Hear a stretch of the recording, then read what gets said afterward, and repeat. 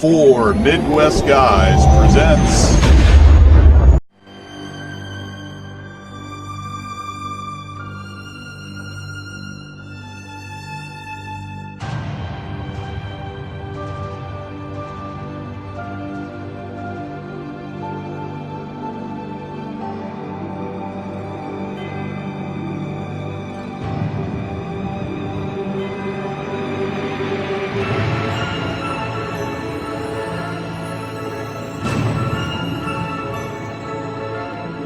Star Trek Picard Review.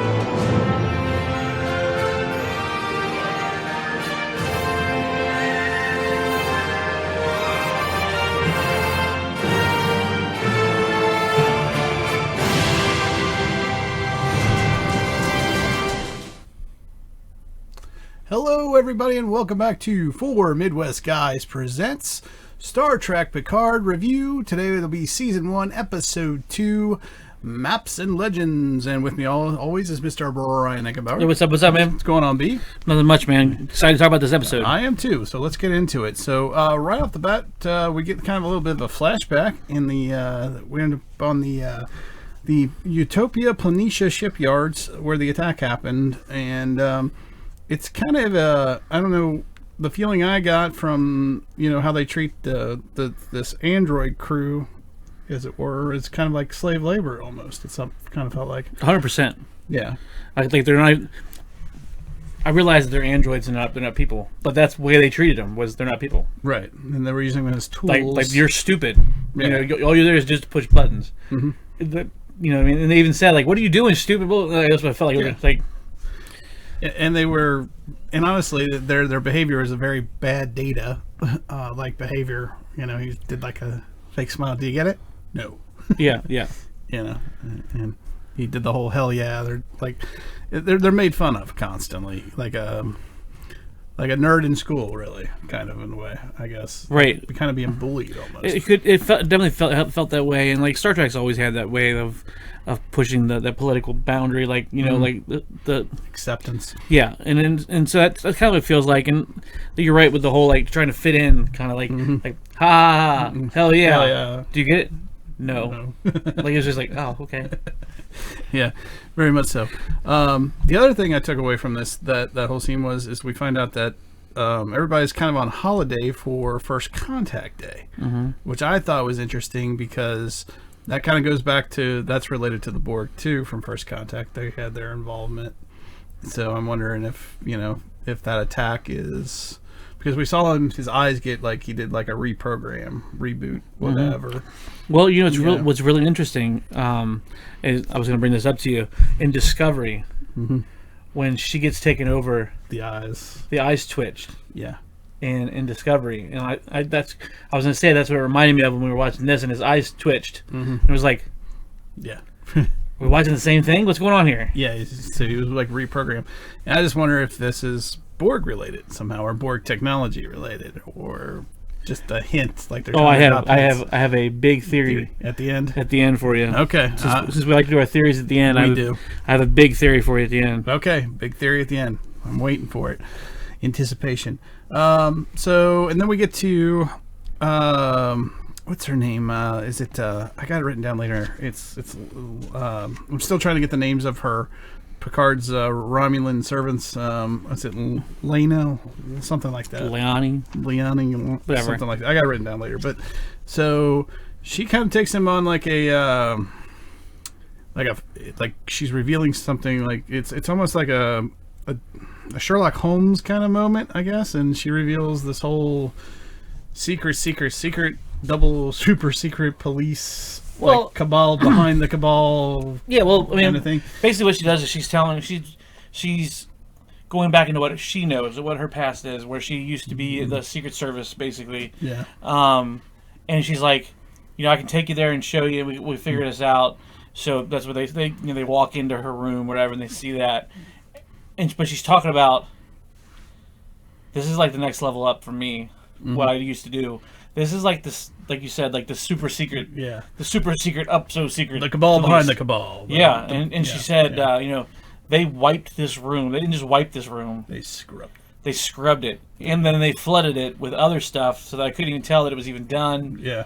And she goes, but maybe I'll be able to see something later on. I mean, there is something later on where they're not as good as they think they are. It'll be a reveal later, but and we see like a reflection that they missed in the video, and it's like, holy crap, these people are good. Yeah, and I think she used the excuse they flooded it with electrons or something crazy. Yeah. But we find out that their name, the Romulan secret police is the Tal Shiar. You probably remember that from Next Generation and other Star Trek TV shows. But this the head behind the, how'd she put it? I think she called it kind of like they were like a shell company, like a secret police shell company that actually hid this particular secret police. It's almost like the man behind the curtain. Yeah, very much. Like this is black ops on top of black ops kind of stuff. And this new group is called the Zat Vash. Yeah. So this is this secret super cabal, and then later she continues to reveal. She starts talking about how they have this deep dark secret that they've been hiding for thousands of years. And then she gets in and then she starts talking about computers and how Romulans only use computers for crunching numbers, doing mathematical computations. But as far as like any kind of AI, they don't deal with it. They almost have a religious prejudice against the AI. Yep. So what do you think about that big reveal? Well, it's one of those reveals that's not really a reveal. Like if you're even thinking about it, you're like, oh yeah, I've never seen anything like that with the Romulans. You know what I mean? Like I've never seen that. I've never seen the computers, the robots, or anything near them. The computer doesn't talk back. Yeah. And it's one of those like, oh, yeah, you're right. Like it was just one of those basically things like she's explaining something we already knew, but you're like, oh well, that does make sense. I never thought about it before. Yeah. Yeah. So it's interesting because it's almost like she kind of at least alludes that she thinks the secret that they're hiding is that they have a huge prejudice against any kind of AI or any kind of cybernetics or implants or any kind. It's almost like the war against the machine. So it just makes me wonder, did they have AI at one point in their society? Were they attacked by the Borg thousands of years ago? Fought them off somehow? Could be. Or it could be they escaped the Borg and had to restart, and they thought they came far enough away to get away from them, and here the Borg showed back up. Could be. That's a possibility. So it's just interesting that I'm just trying to.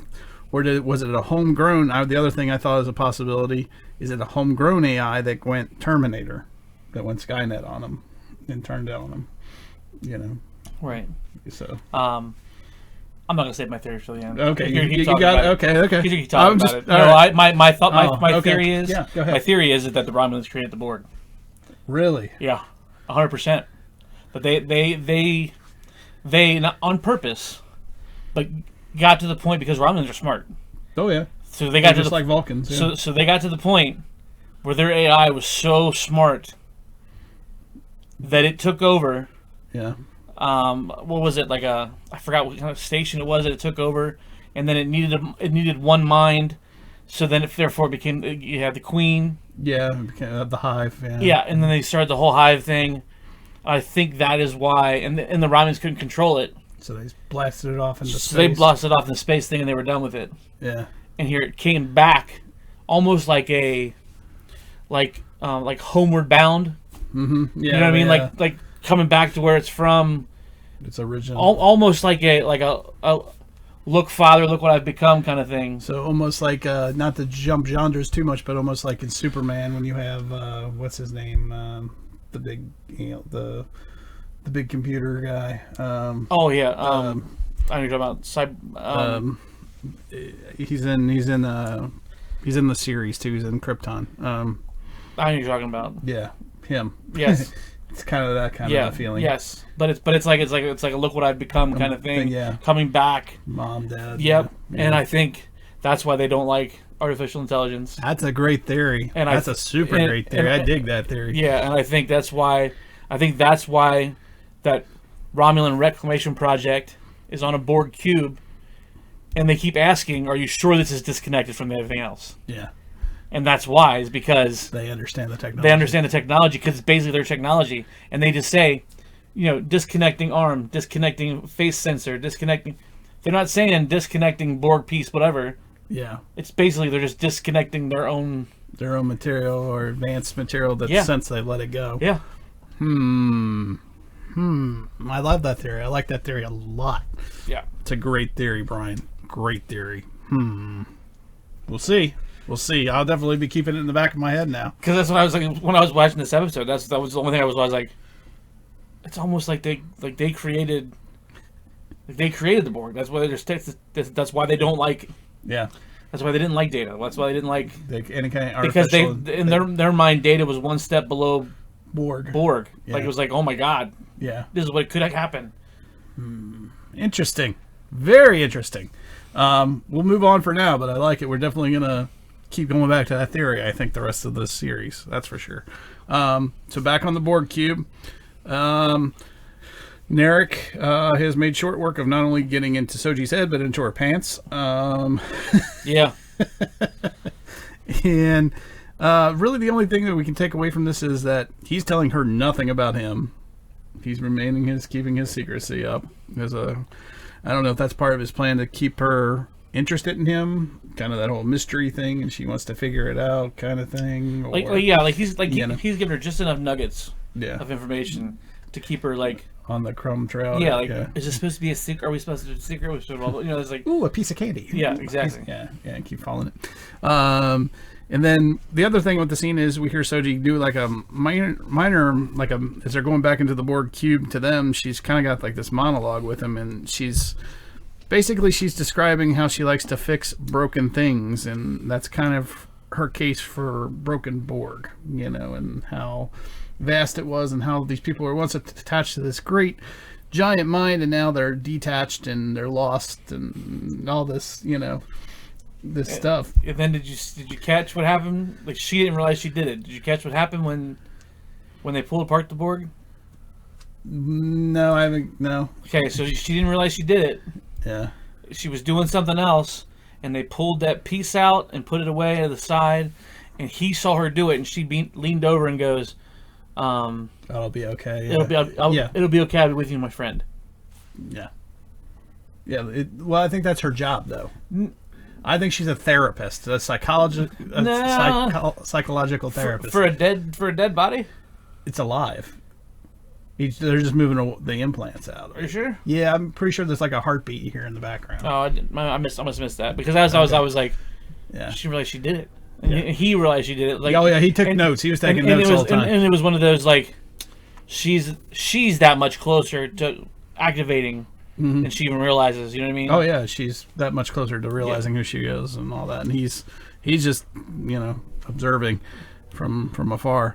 Then we move into the.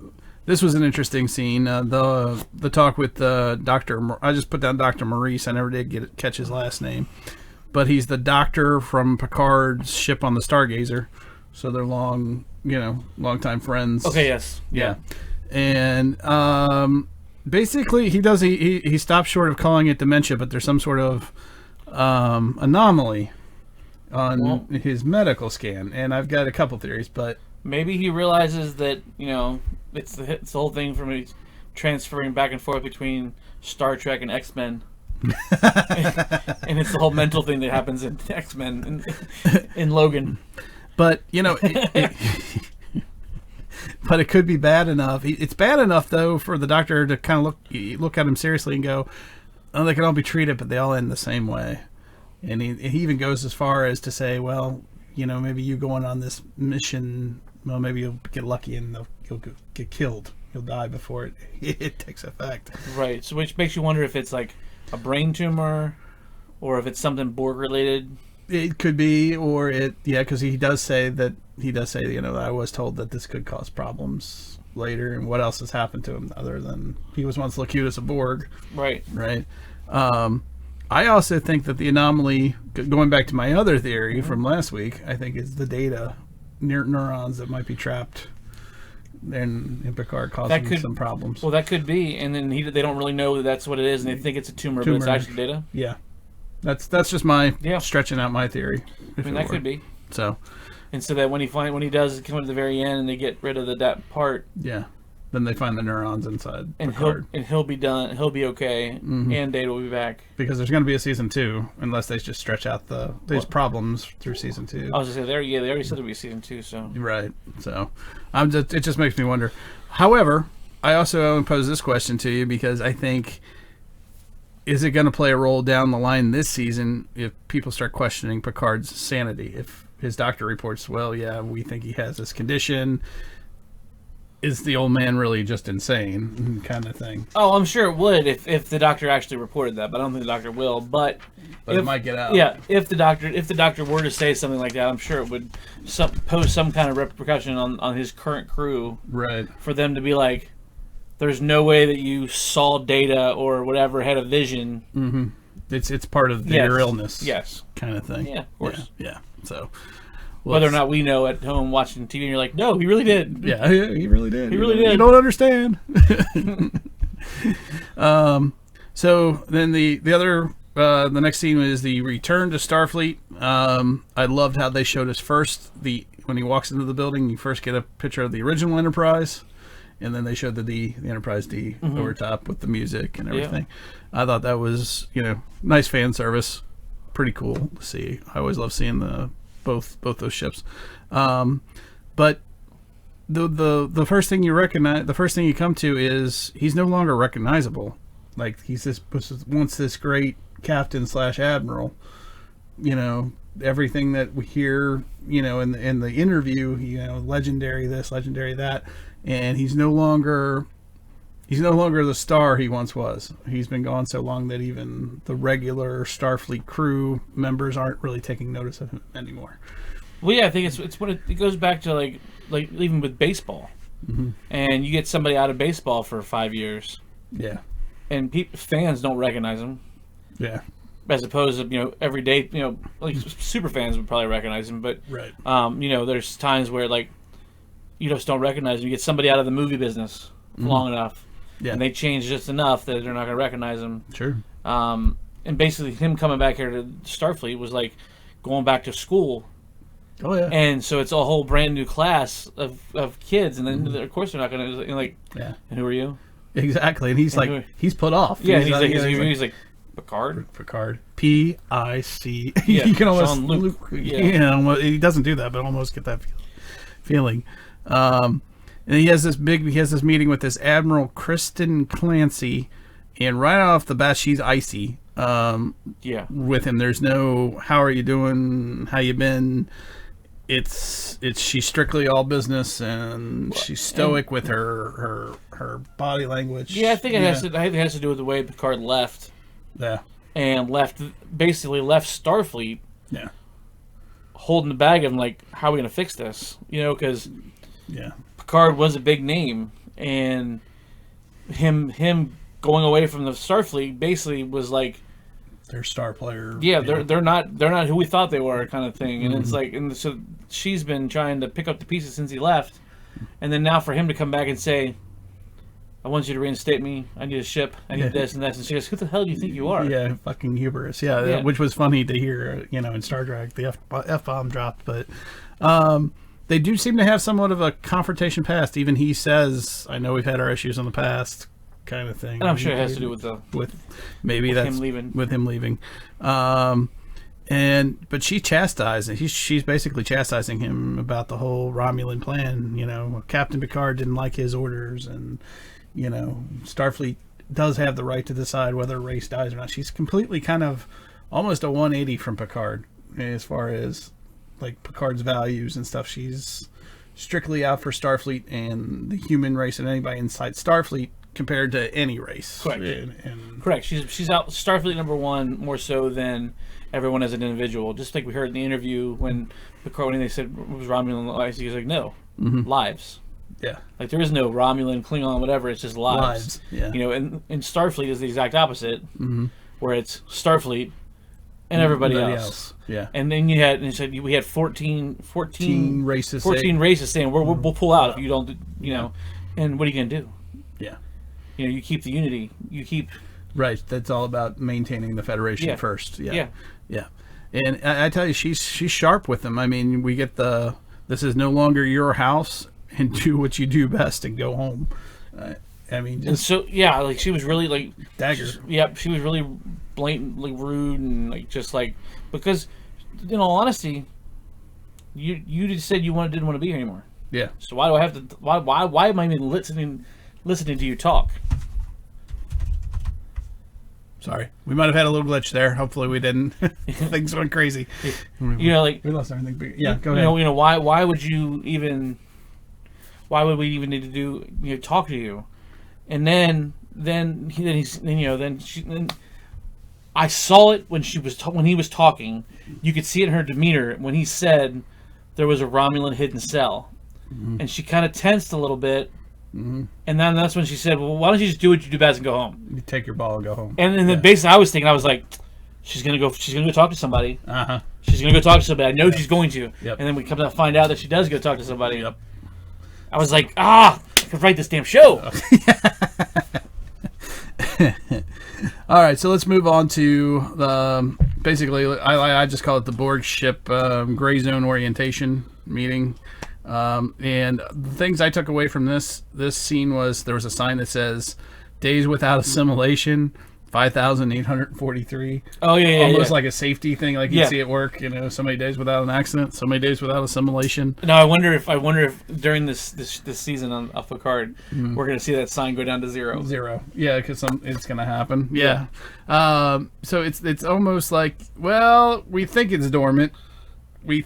But, you're still here, and they're calling it the Borg Artifact Research Institute, which I thought was hilarious. I was like, oh, welcome to Borg ITT Tech / archaeology. Have fun. I don't know. What'd you think about that sign? I'm sure you saw it in the whole... Yeah, well, it's like... It reminded me... still happen, okay. So it reminded me a lot of, like, we work in a warehouse, and it's like, the safety comes first. Yeah. And it's basically, it's there to be... It's there for a deterrent so that you stay safe. Yeah. But at the same time, it's a joke. Yeah. Days without being... It's like, like 5,000 below, and then somebody walks over and goes, shh, one. And it's just like, it's one of those things like, oh my God. But it was really, what I found funny about the whole thing about they were setting up was, if these turn green, run. Yeah. I was like, it's like radiation detection. I'm like, holy shit. Well, basically, what it's saying is that the Borg are back alive. Or I took it as you're being assimilated. It's in your system. Like radiation. Well, no, Similar to what was my thought was that the Borg has reconnected to wherever you're at, and has become back online. So he's going to turn green because that's the color that we've established as Borg. It's green. Yeah. So that's what I thought when they said that. It's like if it turns green, run. I'm like, if it turns green, you're fucked. See, I looked at it as well, we're kind of going through it right now with the coronavirus, right? It's like a thing, and it shows, well, if you've got so many nanos around you, because that's how the Borg, can infect, almost like a microscopic kind of thing. It's almost like a radiation detector. That's how I saw it. But you're right, it could be that the Borg are back, run, but to me it was like, you're being assimilated, you need to go see a doctor immediately. Yeah. And they even say things like, even if you pick up, you shouldn't pick up any objects that you're not allowed to pick up, and just because you think it's not, what they used words like, or if you think it's dormant, it's actually not. It could actually not be, and it's like, don't touch anything. It's like, okay, and they're wearing semi, suits, kind of like radiation suits. I was like, okay. So, like hazmat jumpsuits. Yeah, so it's like, you can still be infected by the Borg, just FYI. And then let's slip over to the next scene. The Picard meets again with the doctor from the Daystrom Institute. Thank you. Mm-hmm. She's back, and I think it's funny. She's reading a science fiction book, and Picard goes, I don't like science fiction. I never really got it. I never really said, like, really? I never really understood science fiction. Like, haha, funny. You who are, ironically. Funny, haha. Ultimate science fiction. The only thing I really took out of that scene is she was digging through, I guess, her identity, going back to see if she was really part of this school and how she was perfect, but too perfect to be accepted. Yeah, it was more like a stasis. Where are you at in your research? Oh, I did this, and I went and looked at the school records, and she really wasn't there. Yeah, she was too good to be true, and she only came about 3 years ago, right.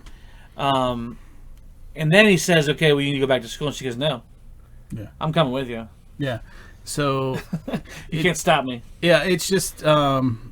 That too, but actually, did that happen? Yeah. Okay, I must have missed that part. So, but the fact that Daj could have been one of those on next week's episode. Yeah, it could be. Whichever one. So Daj has really only been in society for 3 years, so chances are Soji's kind of the same way. It's like they slipped her in, But see, they both also seem to have their own minds, though, and it's just kind of like I don't know about the Soji being slipped in 3 years.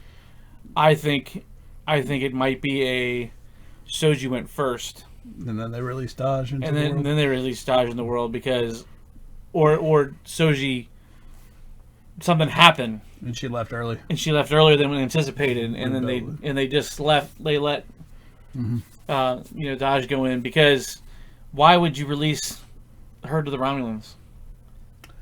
Yeah, I didn't understand that either. Like, why would you release her to the Romulans unless she's there to do something? Unless the only way to combine to get data back is to use the Borg technology. Like, yeah, she may have a mission from whoever created her. Yeah, that's very possible. Good point. So let's talk about the Borg operation. And you just kind of see them removing, like we kind of talked about this a little bit already, where they're removing the implants, and she goes over to them. It's like she's there to care for the human side of the Borg, or to bring them back from assimilation. She's like, "Why do you give them a number? Or we just don't know their species name? That's all." And she's always fighting for the humanity side. It seems like through this whole process. Yeah, what do you call them? No name. Yeah, well, Eric's obviously we already talked about was taking notes the whole time. So she seems to be very caring about humans, which is interesting considering she's most likely an android. Well, like we said, it's the split. Yeah. Daj was all computers. Like, she could do everything with a computer. And she seems to be the exact opposite. She seems to be the humanoid side of Data. And it was it's one of those, like, I forgot where I was reading. Was I reading something, or it might have been another YouTube blogger that I was watching their review. They never really show it. They never really show Daj blowing up. They don't. So you just see the fireball, and you kind of assume she's consumed by it. But she's an android. Well, we'll get to that in a minute. She's an android, so I don't know if she actually. If she's survived, then the people who went to attack her are unaware of it. Yeah. I think the people who went to attack her actually got her. We'll talk about it when we get to the scene. Yeah. Okay. I mean, that's because that's they brought up the point. There's like they never really showed. And the whole scene, the whole area was scrubbed. Yeah. And if that was the case, we would have seen the blast from the weapon. We would have seen the blast from her. We would have seen. She was scrubbed. The explosion was left. No. Yeah. No. Yeah. Was it? Yeah, the explosion's still there. They showed the explosion. Yeah. Right. Yeah. She's just removed from the thing. But. But we'll get to it. I think she's still around. It's possible only from one. But I'll wait. We're almost there. So from the whole parcel of the nanos, you had to be active. We'll see. We'll talk. So let's move into Picard contacting somebody. I thought it was really cool. We finally see the old communicator from the movies, the square Picard. That's from the First Contact and Nemesis and the one Resurrection. So he pulls that out. He activates it and he contacts somebody named Raffi. I don't know who the hell Raffi is. Is that what it said on the titles? Yeah, as far as I could tell. Oh, okay. So who do you think it was? Because I don't have subtitles on mine. Okay. And I thought he said Geordie. Don't hang up. Geordie. It could have been, but I was pretty sure it was Raffi. I have to go back and look. No, it could be. Yeah. I don't have the subtitles put on for this one for some reason. I don't know. Okay. And so it could very well be Raffi. Yeah. But I was like, whoever it is somebody that doesn't like him though, because he's like, don't hang up, you know. Well, is it the girl that we see in the preview for the next week? It could be her, but she seems surprised to see him because he shows up in this one at her house. So it could be her though, or it's somebody they both know. No, yeah, common denominator. Yeah, so I don't know. That was just my question there. Who the hell's Raffi? Because it's pretty short lived, but it was cool to see the old communicator brought out. I thought it's obviously somebody's former Starfleet at some point. It would always have to be. So I just don't know who that would be. And then let's get to the big scene. Section 31 lives. So Section 31 from Discovery, Starfleet's CIA, is still around come time of Next Generation. Because I noticed we meet You mean Picard? Huh? In Picard. Because Picard is after Next Generation. Yeah. Well, Next Generation. I always call this time period the Next Generation timeline period. Sorry if I confuse anybody. We'll call it the Picard timeline for now. But we meet a Commodore. I think it's O. That was the only thing I could figure out. And she has that same black Section 31 Starfleet badge on her. And she's talking with Admiral Clancy. And that conversation, that brief conversation they have at the beginning, it's like he's back. I thought he was safely put away on his plantation. It makes me wonder, did those two work together to get him kicked out of Starfleet? Well, not kicked out, but get him to resign from Starfleet. Were they part of removing Picard? Did they have an underlying plan together? Well, yeah. I mean, it kind of sounds like one of those like mind control things where it was like, if we can convince Picard that he's old and needs to retire or whatever, yeah, he'll go there. And if we keep his mind focused on the grapes and everything else, he'll never really fully. And that's why he can't sleep when he's there. And, yeah. I was just like, I heard this whole conversation. I'm like, ooh, is there a subplot there? Are they planning together? Well, it's probably because they realized that Picard's one of the only ones that could ever really unfoil a plan. Yeah, because you know. Even I think the Commodore says, Picard, I thought he was safely mothballed on the Vineyard, was the exact line, I think. I'm like, ooh, did they do that? I don't know. And then, the Admiral thinks Picard's crazy, so that kind of adds to that whole crazy line. He's come up with this crazy story, but, and then about the Romulans and all this, but I want you to look into it. And then she takes it seriously because she's like, well, if the Romulans are confirmed in a covert act, that would be an act of war. And all of a sudden we're looking at interstellar war, possibly. Okay, what do you got? No, I mean, it's just... she's just basically playing the Admiral. Mm-hmm. You think so? Yeah, she's playing the Admiral. She knows there is because she's part of it. Okay. So she because Section 31 is behind the attacks, which we find out later here in the scene. But yeah, and she's like, you guys got caught, blah blah blah blah, and so my thought is that she's part of 31, but she's also behind this. It's not a Romulan task force. Mm-hmm. It's actually a Section 31 task force because they're trying to gather the Borg technology to use it to help Starfleet, because Section 31 is always trying to. Yeah. That's why they tried to go after Discovery and try to get the time warp stuff. So this is Borg thing. That's what they're trying to. Yeah, I think they're behind the attack on Dahj. That's pretty much confirmed. I think the Commodore is strictly for, at first, and before going further with the Commodore, when I first saw her, I'm like, oh, is that Dahj's mom? The one she contacts in the first, because they look similar. I don't think it is, but she looks kind of similar. But beyond that, going forward, so they're behind the attack on Dahj. It turns out that that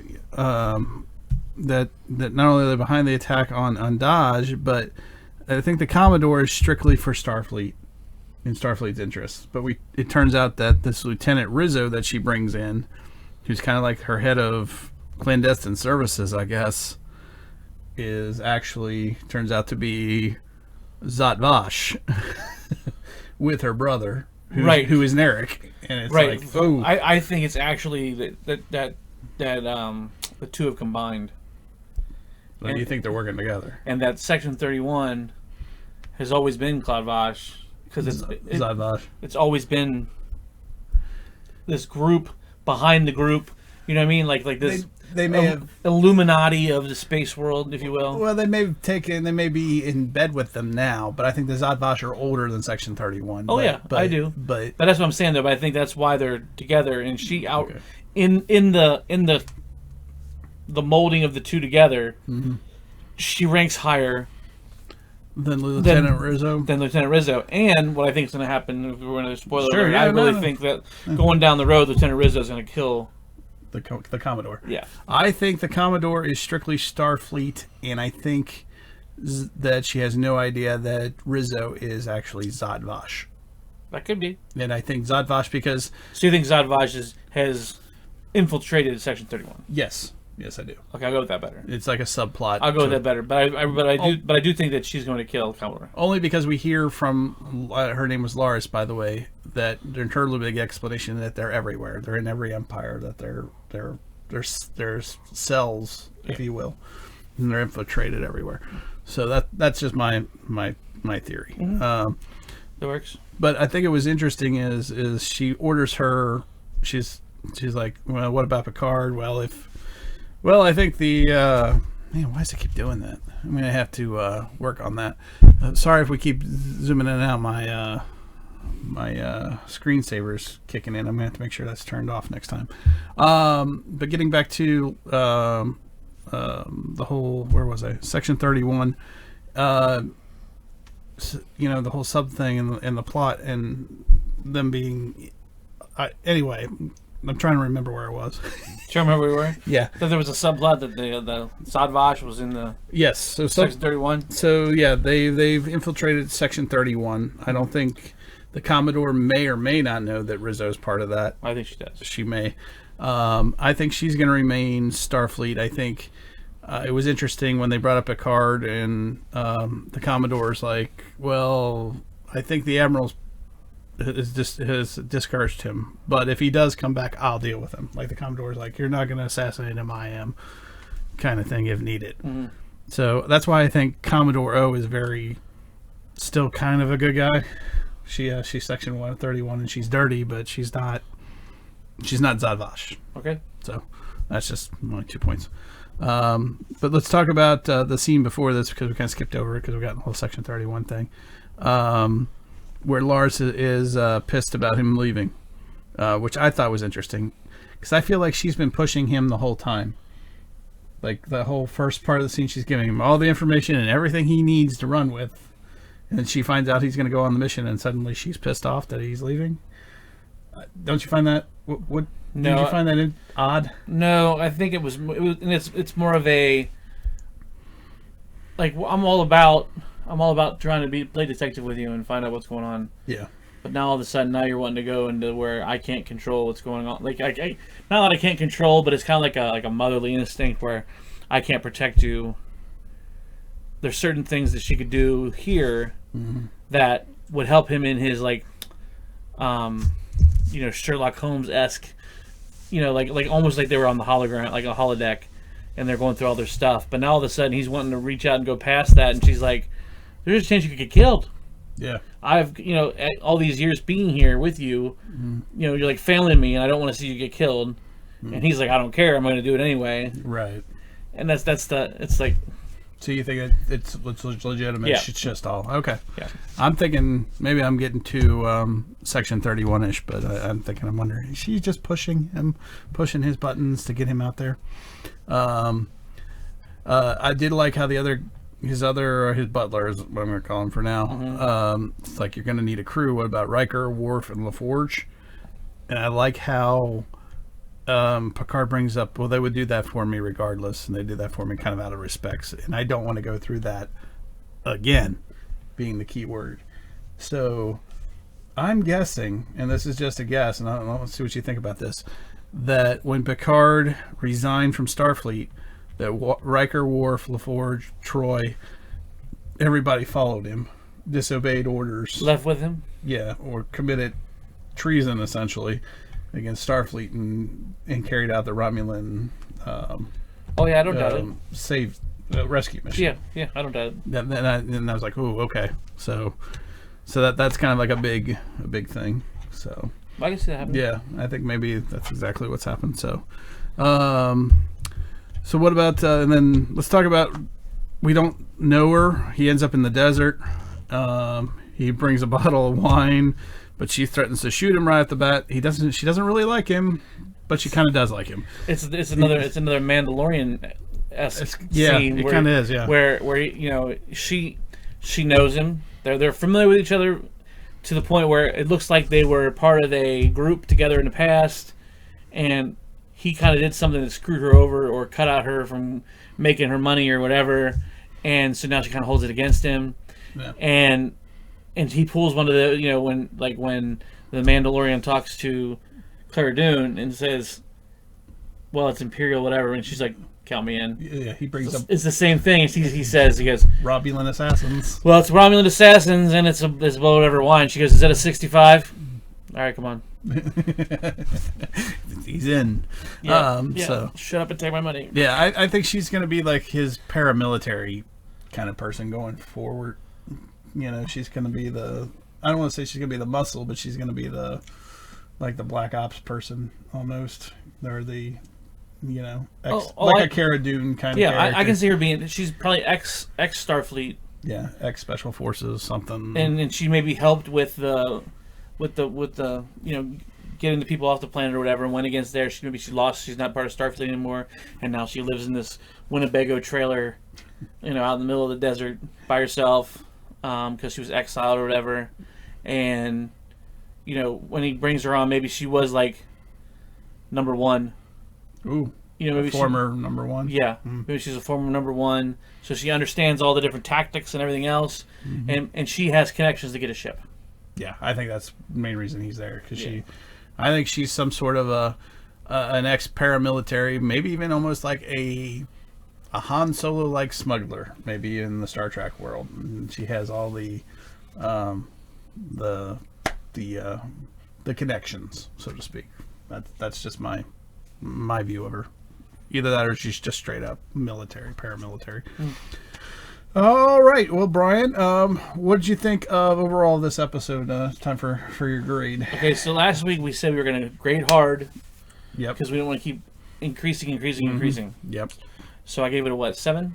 Yeah, you gave it a 7 last time. So I'm going to give this one a 6 3/4. 6 3/4. Okay. I didn't think it had enough action in it. It laid a lot of groundwork for a lot of different storylines. It got us thinking a lot. So maybe a 7. Maybe I'll give it another 7. Okay. But I felt that it needed a little bit more action. It needed a little more action. Like some of those episodes of Next Generation that were like a little wordy, and there wasn't a lot of action. It was a lot of setup for other episodes. That kind of felt like what this was without being that 100%. Like we still got the we found out the Romulans were behind it. Yeah. We found out that they're taking apart the Borg. We found I while watching this episode came up with a theory that the Romulans created the Borg, and that's why they don't like AI. Yeah. And like that kind of stuff. That I like that kind of stuff, but I really felt like it needed more battle. Yeah, a little bit more action. Like a little more phaser action or something happens. Yes. Yeah. I'm with you. I'm going to stay with my same grade. I think I gave the last one about an 8, and we'll stick with that. It's a lot of setup. It's a deepening of the plot, for sure. We find out about that the Tal Shiar is actually a front for the Zat Vash. So there's somebody deeper, darker. It's been keeping secrets for 1,000 years. I think you called it the Illuminati of space. Great kind of comparison. The fact that we're adding to the Star Trek lore or the world is awesome to me, I think. But like you, I think it's very heavy on the setup for the adventure to begin, and it's called Maps and Legends. So they're basically just kind of setting their course or getting all their facts in order before they launch us on the adventure. So yeah, it's a solid 8. It's not quite as good as last week, which I also gave an 8, but so I think I actually went 8.5. So this is an 8 for me. So just a little bit lower, but only because it's just a little less action. But it's still a great episode. Oh yeah. And I think you watched episode 1 and 2 back to back, and you really enjoyed that. Yeah, so I watched. I knew this was coming out. I was staying up, and I was like, "This comes out at 3, whatever," and I was like, "Yeah, I'll go ahead. I'm gonna go ahead and do it." You stay up. I'm gonna stay up. So I stayed up and I watched episode 1, and then I think it finished 15 minutes after this one came. The episode 2 came out. Yeah. So I went straight into the next episode and watched it all as an hour and a half long Movie almost. Yeah. movie, and it was like, oh, this was really good together. Yeah. Like it was really good, like all the way through, and it's like, They should almost have made it. Yeah. One. So I hope it almost goes that way through the whole series. But on the same hand, I also hope it doesn't, because I used to like how the Next Generation had its one-offs where it was just a self-enclosed episode, and you got your whole entire arc in one episode. Yeah. Not so much where the movies were, where it was like one general arc. Well, yeah, it's the setup, the build-up. Yeah. So we get the whole arc in one episode. I really like that because those episodes typically had action. Oh yeah. And then there would be like little hints here and there of the main arc. Yeah, the greater plot. Yeah. So that's what I'm hoping. Do we know how many episodes? I've yet to hear. I know. I was looking for it. I couldn't find it online. I thought they were going to have like one episodes or. I mean, if this is a 22, I'm all for it. Bring it on. But I don't think it is. I think it's probably much shorter than that. Yeah. Just to keep with local tradition of late, anyway. What was? But Discovery? Star Trek Discovery was. That was quite a few episodes. That was more. I was like 16 or something like that. Yeah, so. If that's the case, yes. Yeah. Bring it on. I'm all for it. So yeah, this is they're continuing to impress me. I'm still intrigued. I've seen nothing negative really to say about the series so far. Engage. Warp Factor 9. I say let's go. I'm ready. So. That is our show, but before we go, if you want to know where to catch us and find us, you can see our sign for the blind. www.4midwestguys is the best place to go. Everything is on there. Every links to our Twitter, to our Facebook feeds, to our iTunes, to our Podbean. Everything is on there. You can follow, like, and subscribe off of there. And that's really your one-stop shop. Every podcast that we do is on there, audio and video-wise. Working on getting the audio caught up. And the audio feed will start getting more caught up in the next few weeks. But if you don't want to go to the website, you can find us at facebook.com/4 Midwest Guys. You can find us on Twitter at 4 Midwest Guys. You can find me personally at bwilly1977. Brian, where can they find you? You can find me at Ankzone. At Ankzone. You can also find behind the scenes pictures and things like that, and other coming soon graphics I've started even on the Instagram site. So that's the 4 Midwest_Guys. Or you can just hit us at a good old-fashioned email at the 4 MidwestGuys@gmail.com. As you can see, 4 Midwest Guys is pretty much your keyword. You can even search on Google if you really wanted to. But again, I recommend going to the website. It's pretty much, it really has everything. It's even categorized at the top. If you want just one specific show, you like Picard, you would click Picard. If you want Star Wars Rebels, you go there. If you want the... what is the other Parsecs of the Force, another Star Wars show. It's all there. It's everything's on the website. So www.4midwestguys.com. All right, well, Brian, I want to thank you for joining us. Thanks for having me, man. Yep, and this be Willie saying, live long and prosper. We'll see you next time.